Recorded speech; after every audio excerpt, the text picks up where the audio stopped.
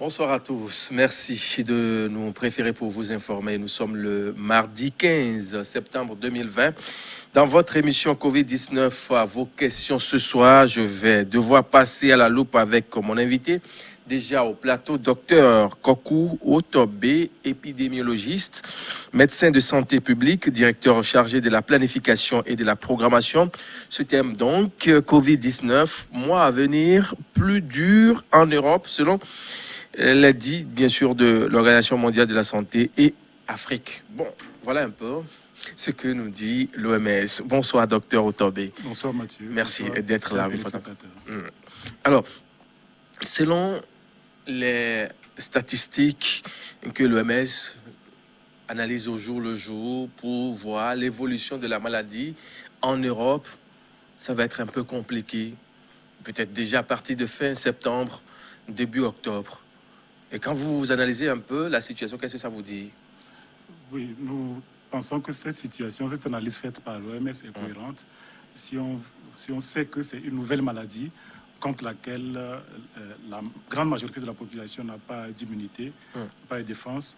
Et donc, après l'accalmie observée au mois de juin, et suite à un relâchement des comportements dans l'observance des mesures barrières, on assiste à une recrudescence des cas en Europe. Cela va s'aggraver dans les prochains mois si des mesures restrictives, des mesures drastiques ne sont pas prises pour contrôler cette épidémie à cette étape où nous sommes.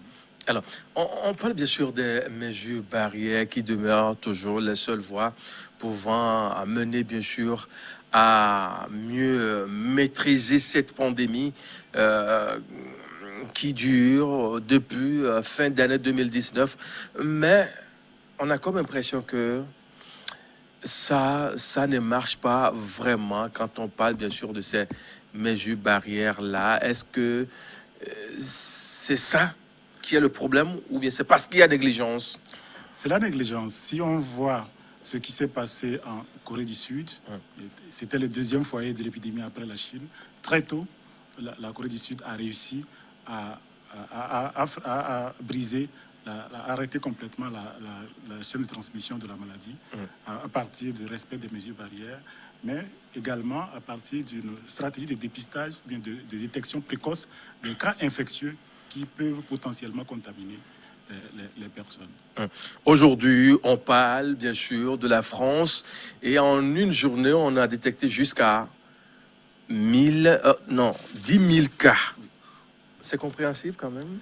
Oui, c'est compréhensible parce qu'on a assisté à un relâchement de comportement au niveau de la population. Les gens ont laissé tomber les masques. Les gens se sont retrouvés dans des soirées festives sans masque, en contact étroit les uns avec les autres, cette promiscuité favorise la transmission du virus au sein de la population. Mais quand vous nous demandez d'apprendre à vivre avec la maladie, on est obligé, non? On est obligé. On est obligé au jour d'aujourd'hui parce que on est obligé quand même de sortir. Comme le disait un de nos collègues épidémiologistes, il faut voir cette crise de Covid-19, il faut la planifier comme une course de marathon. C'est une épidémie qui va durer. Donc nous devons voir la gestion dans le moyen terme. Il faut que nous concevons déjà qu'il y a un avant Covid et nous sommes en train de vivre la pandémie. Il y aura un après et il faut que nous nous préparions à vivre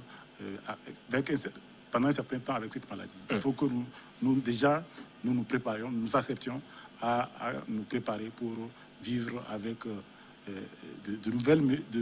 ces nouveaux comportements, le port de masque, le respect de la distance physique d'au moins 1 mètre et le lavage des mains. Il faut que nous apprenions à intégrer ça pour une longue période. Le lavage de mains, il faut porter les masques, il faut garder la distance et bien d'autres. Oui, ces mesures sont c'est les seules mesures qui restent au jour d'aujourd'hui. Il n'y a pas de vaccin, c'est la surveillance.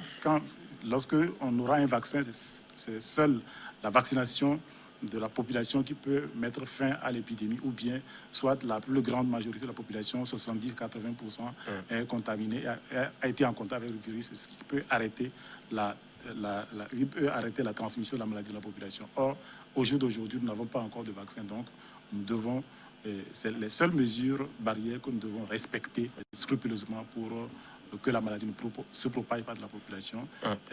La crainte, c'est vrai que c'est une maladie, dans 80%, les gens ont des signes, les symptômes mineurs, ou bien c'est des personnes contaminées qui n'ont pas de signes.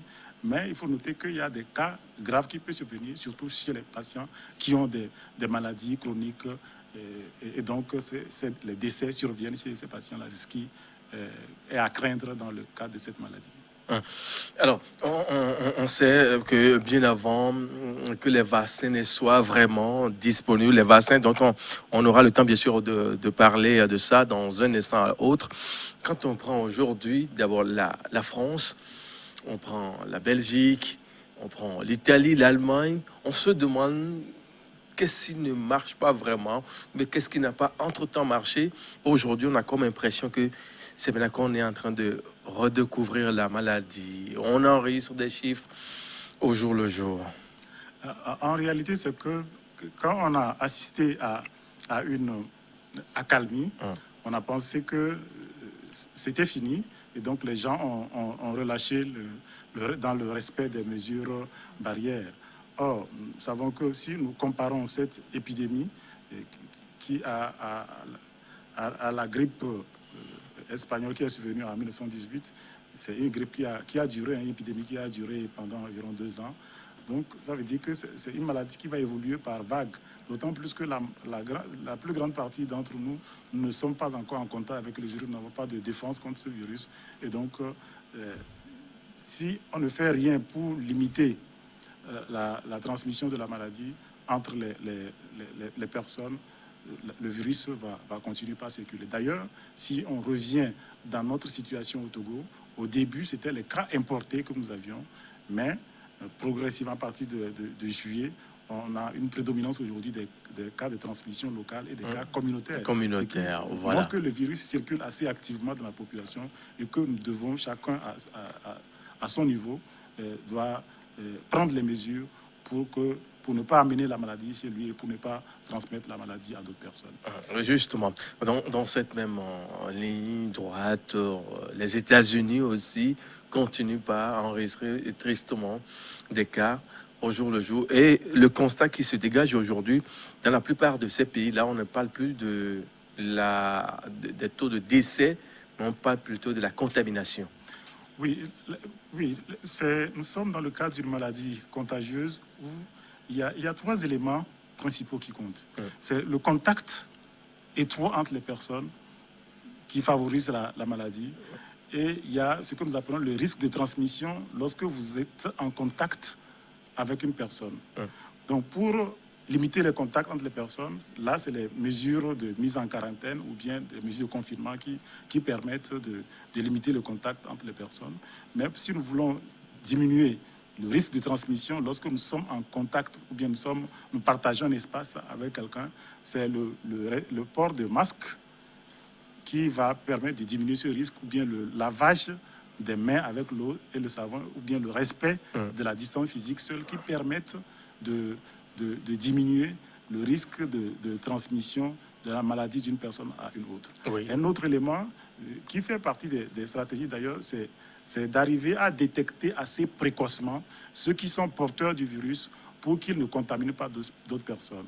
C'est ce qui explique que lorsqu'on découvre quelqu'un on fait un prélèvement chez quelqu'un qui est confirmé positif, tout de suite, on l'isole, on le met dans un centre de traitement pour qu'il ne soit pas en contact avec d'autres personnes pour les contaminer.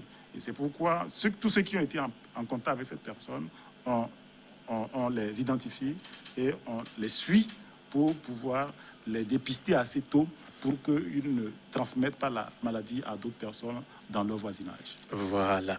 Aujourd'hui, quand on note ces cas-là qui augmentent au jour le jour, il y a une question qui demeure. On se demande si le dépistage, les tests sont vraiment bien faits et est-ce que ça se fait vraiment en grand nombre? Et si c'est le cas, pourquoi on n'arrive pas vite à détecter le mal? Et puis, il y a cette contamination communautaire qui fait que les chiffres d'un pays à un autre, ça augmente. Oui, en réalité, ce dont nous faisons face, c'est que vous pouvez être contaminé aujourd'hui. Vous n'avez pas encore de symptômes, mais vous pouvez contaminer, vous commencez pas à contaminer les gens.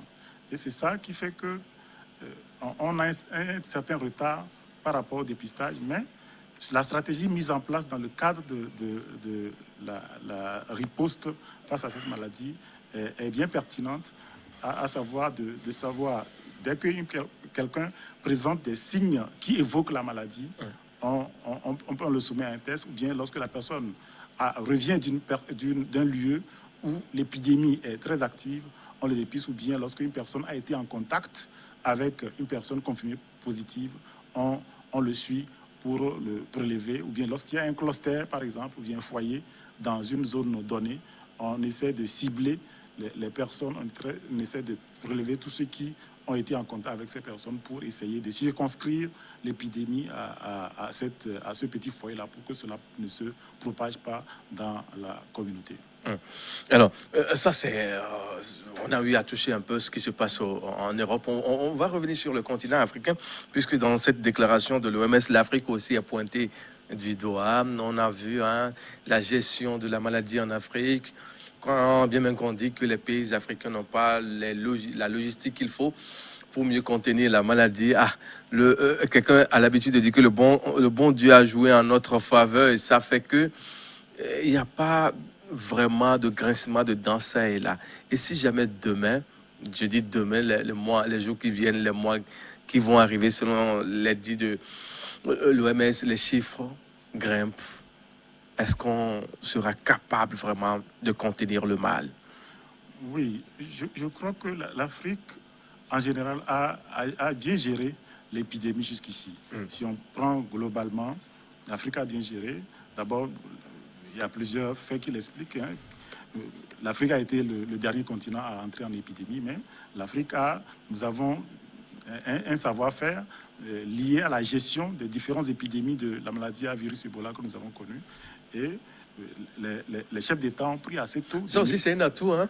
Oui, les chefs d'État, c'est un atout. Oui, parce qu'on a vu avec Ebola en Afrique, le chef de l'État togolais était le patron, le chef le guide en quelque sorte qui a géré cette affaire-là. Oui.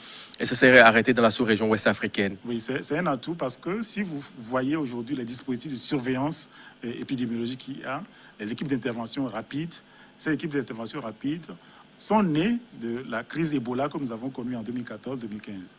C'est cette épidémie qui nous a permis de nous préparer en ayant les épidémiologistes, beaucoup de personnes sont formées en épidémiologie. Voilà. Les équipes d'intervention sont mises en place, ils sont formés. Et lorsque l'épidémie est survenue, il a suffi seulement qu'on réactive ces personnes qui étaient déjà là et former d'autres personnes pour arriver à commencer la prise en charge. On n'est pas parti de zéro, c'est un grand atout. Mais au jour d'aujourd'hui, nous savons que l'épidémie est en régression. Si nous considérons depuis la mi-juillet, l'épidémie est en régression en Afrique, dans presque tous les pays, sauf en Afrique du Nord, où on a commencé par constater une recrudescence des cas. Donc, si l'OMS alerte l'Afrique, c'est que nous devons, comme je l'ai dit tantôt, nous n'avons pas d'immunité contre, la plus grande majorité n'a pas de défense contre ce virus. Et donc, si nous faisons preuve de relâchement, nous serons surpris par la flambée de cas qu'il y aura. Et si il y a une flambée qui a beaucoup de cas graves, et ces cas graves qui vont nécessiter des hospitalisations, c'est vrai que nous avons pris des dispositions, la plupart des pays ont pris des dispositions pour prendre en charge les cas, mais nous savons que nous n'avons pas les moyens que les pays occidentaux, les pays développés ont en matière de réanimation et autres, pour prendre en charge assez efficacement les patients gravement atteints. Alors, justement, quand on parle bien sûr de la gestion de cette crise sanitaire, on se demande la place qu'occupe vraiment l'OAS dans la sous-région ouest-africaine. Comment ça se fait? Comment la situation est traitée au niveau de l'OAS? Je veux bien sûr nommer l'Organisation ouest-africaine de la santé. Merci beaucoup. L'OAS, c'est une organisation régionale, Oui. Une agence spécialisée de la CEDEAO qui aide les pays et conseille les pays techniquement en matière de santé et apporte un appui aux pays pour la gestion de l'épidémie. L'OAS a fourni des équipements et des médicaments à la plupart des pays pour gérer cette épidémie. D'ailleurs, au niveau de la sous-région ouest-africaine, il y a un centre de contrôle et de prévention des maladies qui travaille en parfaite coordination avec l'OAS pour la gestion des épidémies. Donc c'est l'OAS qui a le lead en matière de gestion des épidémies en Afrique de l'Ouest, et l'OAS apporte un important appui pour accompagner les pays pour l'organisation et de la riposte. Et quand on parle bien sûr de la gestion de cette crise, que elle envoie un peu en Afrique, l'OAS aussi essaie de faire ce qu'il peut, on se dit, qu'est-ce qui est dit par rapport, qu'est-ce qui est fait par rapport bien sûr à l'ouverture terrestre des frontières dans cet espace, par exemple, CEDEAO et UEMOA? Oui, merci. Au niveau de la CEDEAO a réfléchi, bien sûr, avec l'appui de l'OAS qui a apporté une expertise technique pour accompagner les pays dans tout ce qui est à faire pour faciliter l'ouverture des frontières terrestres. Nous savons que par nos frontières transitent beaucoup de passagers, et que si nous n'examinons pas bien, n'évaluons pas bien la situation avant d'ouvrir les frontières, ce sera la catastrophe.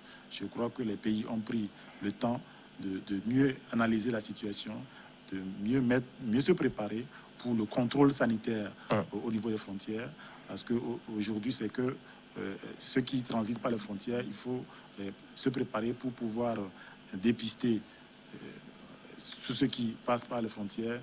On a plein de frontières. Ah oui, les officiels qu'on a. Les officiels, du moins au niveau des officiels, oui. Il y a un travail de communication, de sensibilisation qu'il faut faire pour que ceux qui passent les frontières ne voient pas le passage à la frontière ou bien le contrôle sanitaire comme une corvée ou une contrainte, mais cela entre dans leur propre intérêt et dans la protection des membres de leur famille, de leur communauté. Parce que je passe par une frontière et que on me prélève, si mon test est positif, je dois être isolé de ma famille pour ne pas les contaminer. Et cela est très important pour briser la chaîne de transmission de la maladie au niveau de toute la communauté. Et donc, l'ouverture des frontières est délicate, mais nos pays devront y arriver. On ne peut pas fermer les frontières sur une longue période. Cela a trop de conséquences. On ne peut pas vivre en vase clos. En vase clos. Cela, nos pays devront nécessairement ouvrir les frontières tout en prenant les mesures de contrôle sanitaire qui s'imposent au jour d'aujourd'hui pour arriver à un meilleur contrôle de l'épidémie au niveau des frontières. Et quand on parle bien sûr des frontières terrestres, il faut faire mention aussi à celles aériennes qui ont été rouvertes il y a 1 mois et demi pratiquement. À ce jour, ça fait 45 jours, hein, si je ne me trompe, oui. Ces frontières ont été rouvertes. Ça va, dans l'ensemble, tout va dans l'ensemble, tout va très bien. C'est le Togo, en tout cas, nous nous félicitons de ce qui est fait au niveau de l'aéroport de Lomé. Tous les patients à l'arrivée comme au départ sont testés, et les premiers résultats que nous avons eus sont vraiment très encourageants. Et lorsque je ne veux pas rentrer dans les détails, mais lorsque vous allez voyager ou bien vous allez voyager... C'est les détails qui nous intéressent, nous. Hein. Merci, je vais y aller. Oui. Donc, lorsque vous voulez voyager dans les 112 heures, oui. Vous devez vous enregistrer sur une plateforme oui. En ligne, et on vous donne un numéro. Avec ce numéro, vous payez 40 000 francs CFA. Avec ce numéro, vous présentez le jour dans les 72 heures avant votre départ, on vous prélève. Au bout de 24 heures, vous avez votre résultat. Si le résultat est négatif, vous pouvez voyager, mais si le résultat est positif, vous ne pouvez pas voyager. Vous devez suivre un traitement pour le temps d'être négatif avant de pouvoir être autorisé à voyager. Il faut dire que le Togo est très performant parce que si on compare aux autres pays de la sous-région, les gens font juste en moyenne 3 jours pour avoir le résultat du test PCR pour la Covid. Parfois, les gens vont jusqu'à 1 semaine pour avoir le résultat. Donc, ce qui se fait chez nous est très bien. Il faut le reconnaître que le Togo est meilleur élève dans la sous-région en matière de réalisation du test à l'arrivée comme au départ au site de l'aéroport. Parfait, parfait. Parce qu'il faut avoir le cœur net par rapport à ce qui est dit ça et là au niveau de nos frontières, parce qu'on est appelé à bouger au jour le jour. Ah oui, oui. On est appelé à bouger. On va s'intéresser au volet vaccin, puisque les vaccins, ça traîne toujours à voir le jour. On a entendu que la Chine annonce un vaccin en novembre prochain. Oui, c'est vrai. On a fait une réunion au mois de juin où déjà on sait à peu près à quelle période, mais le vaccin, au plus tôt, on savait que c'était en novembre. Mais pour le moment, nous n'avons pas encore toutes les informations pour dire est-ce que ce vaccin sera utilisé à grande échelle ou pas. Il faut qu'on soit sûr que ce vaccin offre toutes les garanties d'efficacité et d'innocuité. Il faut qu'on soit sûr que ce vaccin peut être administré sans risque aux populations avant de pouvoir l'utiliser. Mais il faut que nous soyons assez prudents parce qu'en matière de vaccination, c'est que ce n'est pas évident de mettre au point un vaccin dans un temps aussi court pour une nouvelle maladie. Donc, il faut que nous soyons prudents. Ça ne veut pas dire qu'on annonce un vaccin pour novembre, ça ne veut pas dire que l'épidémie est terminée. Il faut que nous continuions par respecter les mesures barrières scrupuleusement pour ne pas être contaminés et pour ne pas être contaminés et en mourir si nous faisons une forme grave. Le vaccin, oui. C'est vrai, il y a plusieurs candidats vaccins qui sont là. Il faut que nous attendions pour voir avec tous les essais cliniques qu'on va faire si ces vaccins sont vraiment efficaces et si ces vaccins seront homologués pour être administrés à l'ensemble de la population. Les vaccins, au jour d'aujourd'hui, ne doivent pas être perçus comme une propriété d'un pays. Si un vaccin efficace est mis au point aujourd'hui, si c'est avéré que c'est un vaccin efficace et que cela n'a pas d'effet nocif sur la personne humaine, ça devient un bien public mondial, comme le disons. Ça doit appartenir doit aider à prévenir la maladie chez toute l'humanité. Quand on sait que les pays africains ont toujours ce problème de moyens, hier sur ce même plateau là où vous êtes assis, et quand j'avais reçu la directrice générale de la CAMEC, je lui avais dit, mais est-ce qu'on a vraiment les moyens qu'il faut? Si aujourd'hui on dit le vaccin est disponible et il est là, est-ce que le Togo peut quand même faire l'addition? Non, généralement, c'est les vaccins, pour un nouveau vaccin, ça coûte cher. C'est pourquoi les pays, ce qui est conseillé, les pays se mettent ensemble. Oui. Ceux qui se mettent ensemble, ils font une commande groupée. Lorsque vous mettez ensemble et que vous commandez une grande quantité, les prix sont réduits, les prix chutent. Et ce qui est conseillé aux pays d'adhérer à une grande plateforme. Et là, ils font une commande groupée, ce qui permet de diminuer assez drastiquement les prix et de pouvoir offrir la vaccination à tout le monde. Donc il n'y a pas de quoi s'inquiéter à ce niveau. Si le vaccin est disponible, je crois que les pays se mettront ensemble pour pouvoir acquérir ce vaccin. Ce ne sera pas gratuit, mais quand même les prix seront revus à la baisse si les pays sont mis ensemble. Et si c'est une commande groupée, ils auront accès beaucoup plus facilement au vaccin, mais On sait que déjà au niveau mondial, les États et les différentes organisations se sont entendus pour que chaque pays a un certain quota par rapport à sa population et par rapport aux cibles qu'on va vacciner. Donc, ce n'est pas chaque pays quand même aura un quota selon la population qu'il a et selon les cibles qu'il va vacciner. Il y a en tout cas cet aspect éthique qui est là pour aider chaque État à avoir accès à la vaccination. Parfait. Si vous circulez à Lomé, vous allez par exemple dans certains coins clés, la mise en application des mesures barrières pour vous, ça marche? Ça va dans l'ensemble? Ça ne va pas. Ça ne va pas. Je passe, je circule. Je suis passé par Descamps. Ah oui. Je suis passé par Descamps. Nos jeunes Le frères, cœur du business à Lomé au Togo. oui, qui vendent, ils ne portent pas malheureusement le masque, alors qu'ils sont collés les uns contre les autres. C'est déplorable. Nous les appelons à vraiment faire attention parce que la maladie de Covid-19 existe bel et bien. Le nombre de cas augmente au Togo. Nous étions à 1 cas le 5 mars. Aujourd'hui, nous sommes à 1578 avec 40 décès. La maladie existe bel et bien chez nous. Tout ce que nous disons, cela doit aider chacun d'entre nous. Il ne faut pas penser que ça ne peut pas me toucher, ça ne peut pas m'affecter cette maladie. Dès lors que vous ne respectez pas les mesures barrières, vous ne savez pas, celui qui est en face de vous, vous ne savez pas s'il est porteur ou non du virus. On ne peut pas savoir si quelqu'un est malade de Covid-19 ou pas à l'œil nu.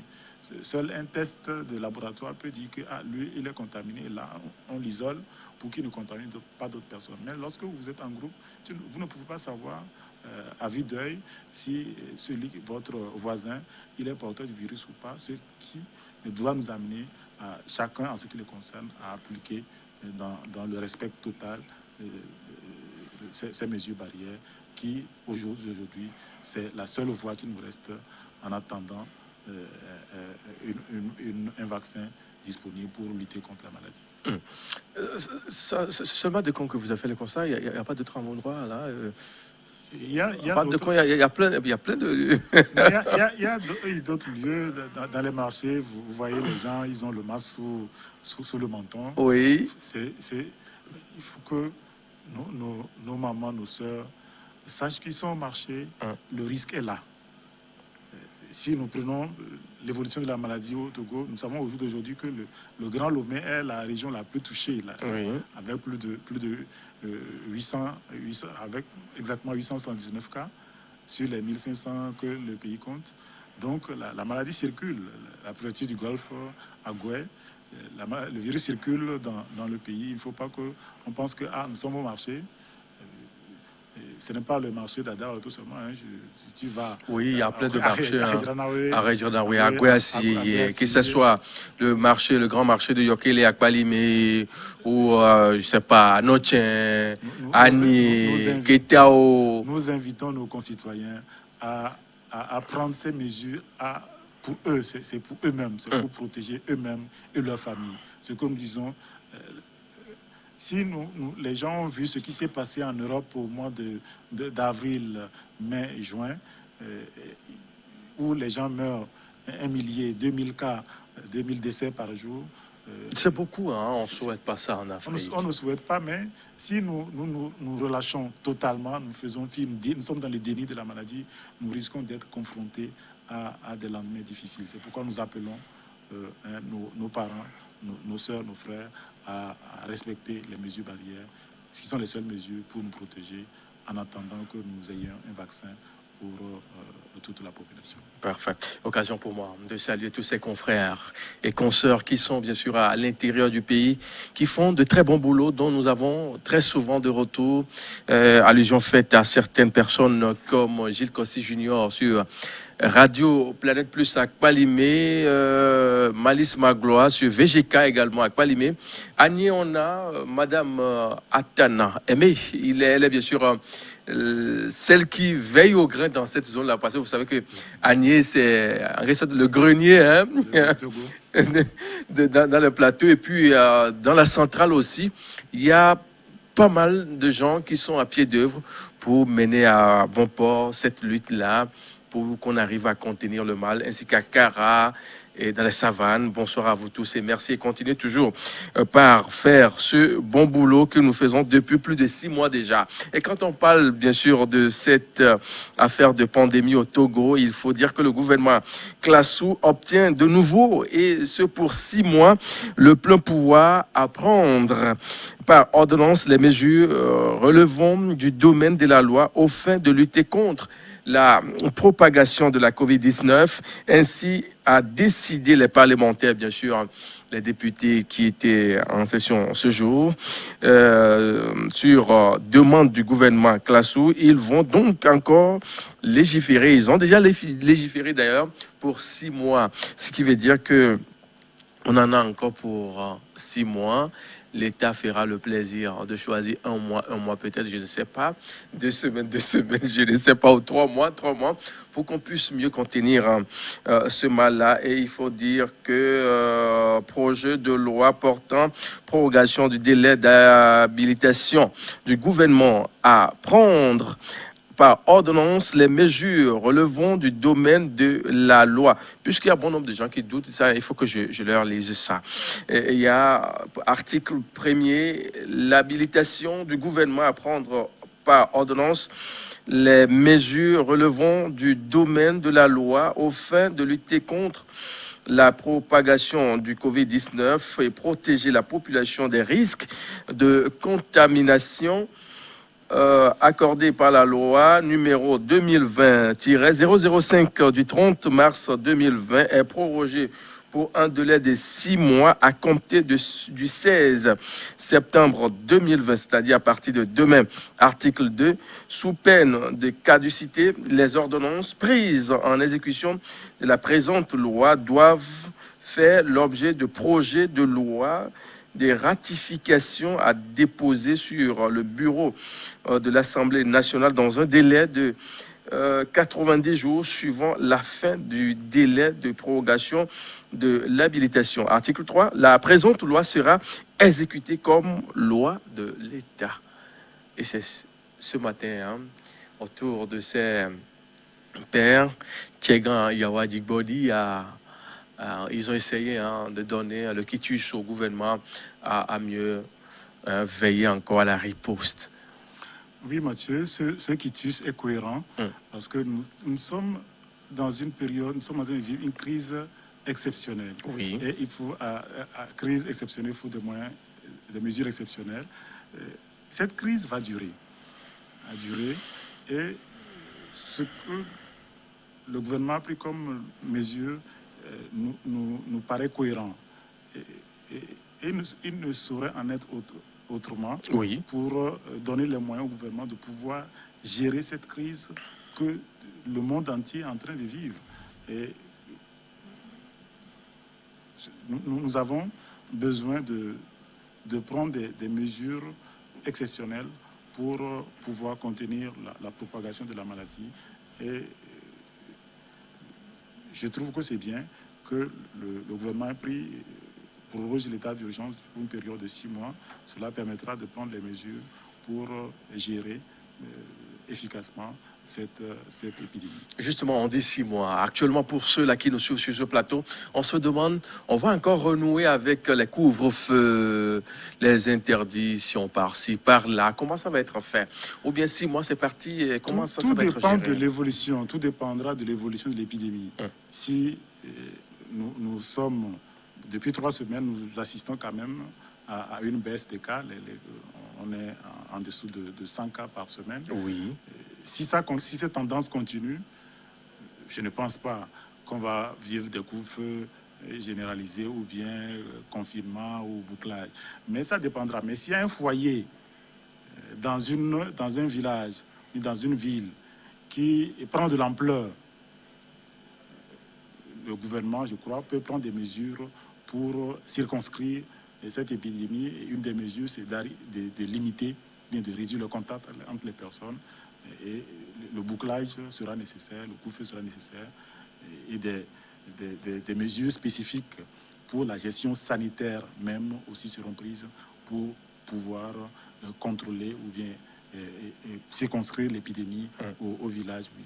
Mais s'il n'y a pas de foyer dans une zone, s'il n'y a pas de flambée des cas, le nombre de cas n'augmente pas assez alarmant. Si on n'assiste pas à une hausse alarmante des cas, je ne crois pas que le gouvernement prendra des mesures très restrictives vis-à-vis de la population pour arriver à contrôler les cas. Parfait. Cela doit nous inciter à être assez disciplinés pour que nous n'arrivions pas à une hausse des cas. Merci bien, docteur Otobé. Mais bien avant de se séparer sur ce plateau, on va quand même essayer de jeter un coup d'œil sur les chiffres qui ont été publiés à la date, bien sûr, du 14 septembre 2020. Ce que ça présente, la situation de la réponse de Covid-19 au Togo.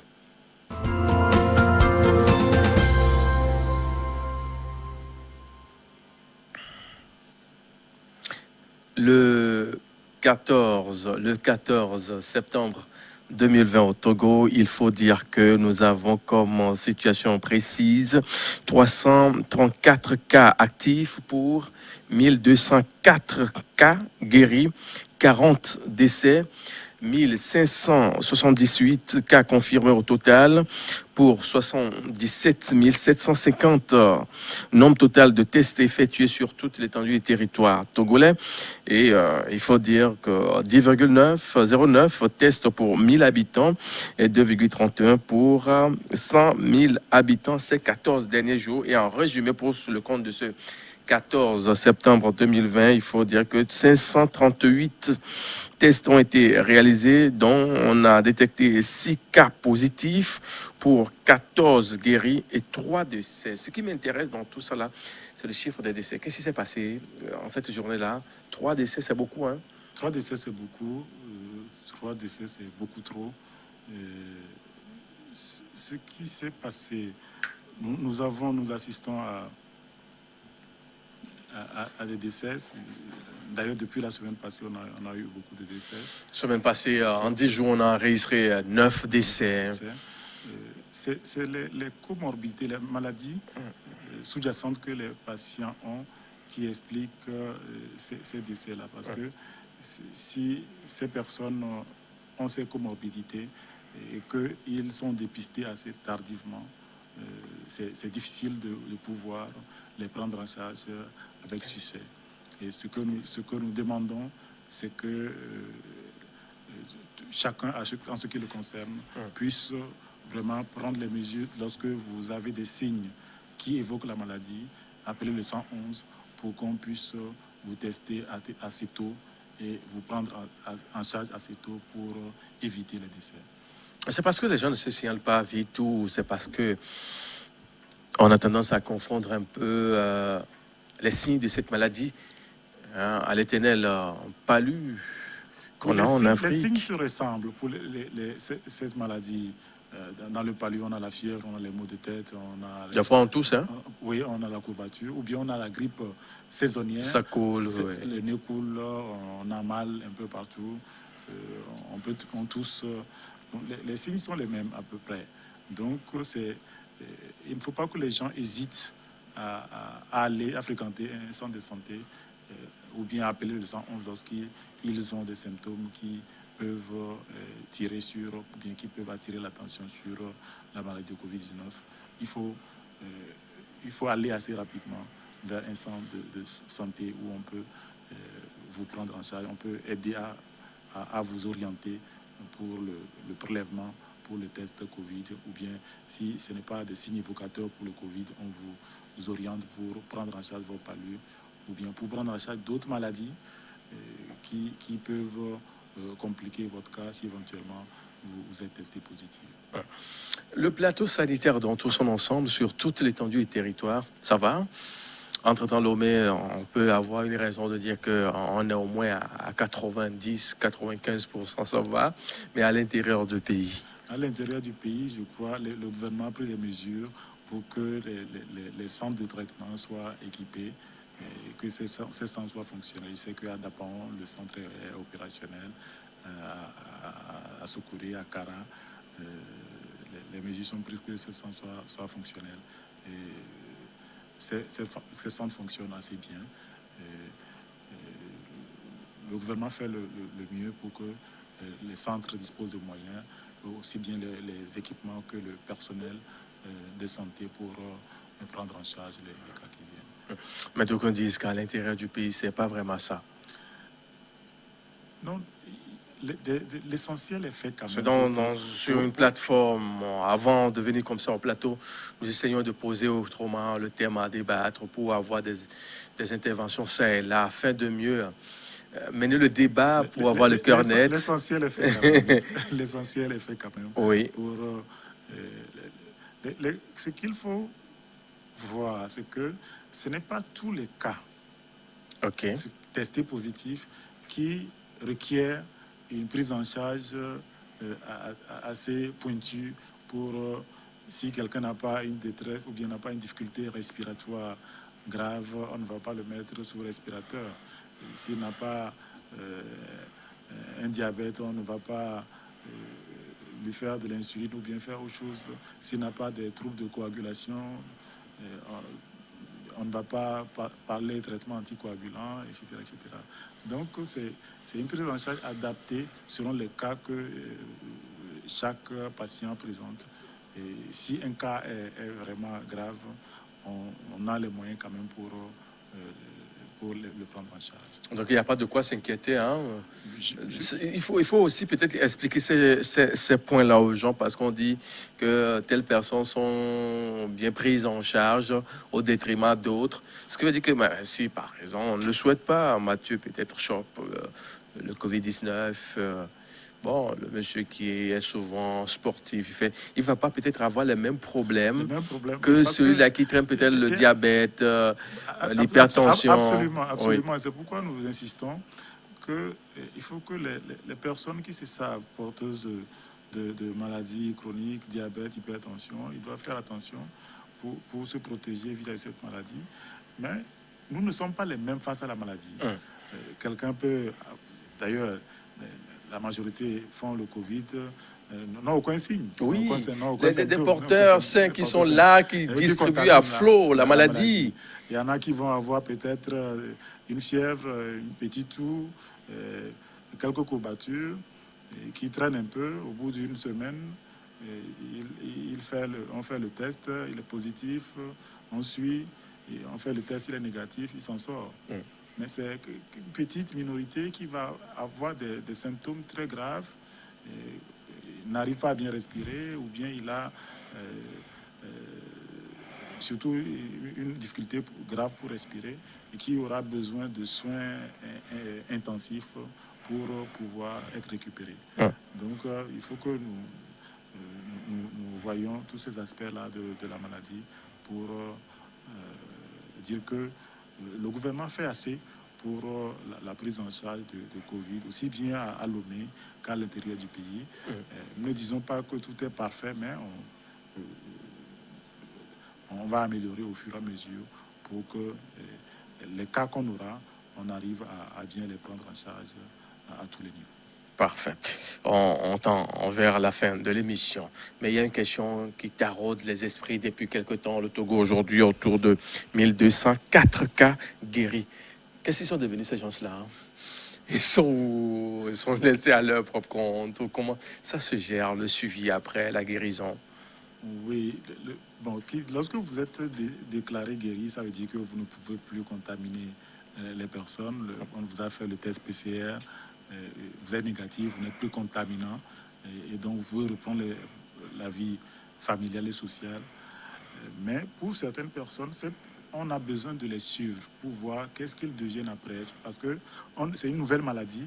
On ne sait pas si quelqu'un qui a fait Covid, si dans les 6 mois, dans les 1 an, il va développer un diabète ou pas. Est-ce qu'il aura des problèmes de fertilité s'il est un homme? On ne sait pas. Est-ce qu'il va avoir d'autres complications? On ne sait pas. Donc, on a besoin de suivre cette personne dans le temps pour voir qu'est-ce qui va arriver après. Ça permet de connaître la maladie dans l'immédiat, mais aussi savoir les conséquences que cette maladie peut avoir plus tard pour ceux qui en ont souffert. Merci beaucoup. C'est déjà la fin. Je vais prendre votre mot de la fin en quelques secondes par rapport à notre thème du jour. Des mois à venir seraient plus ou moins durs, sinon durs pour l'Europe, voire l'Afrique. Oui, les prévisions sont pertinentes et cela doit nous interpeller pour que nous ne relâchions pas dans le respect des mesures barrières, le port systématique du masque, le lavage régulier des mains à l'eau au savon et le respect de la distance physique lorsque nous sommes avec d'autres personnes dans la communauté. Merci beaucoup à vous. Docteur Kokou Otobé, épidémiologiste, médecin de santé publique, directeur chargé de la planification et de la programmation. Mesdames, Messieurs, merci de votre fidélité. On se retrouve demain pour un autre point concernant bien sûr cette maladie à coronavirus. Bonne suite de nos programmes.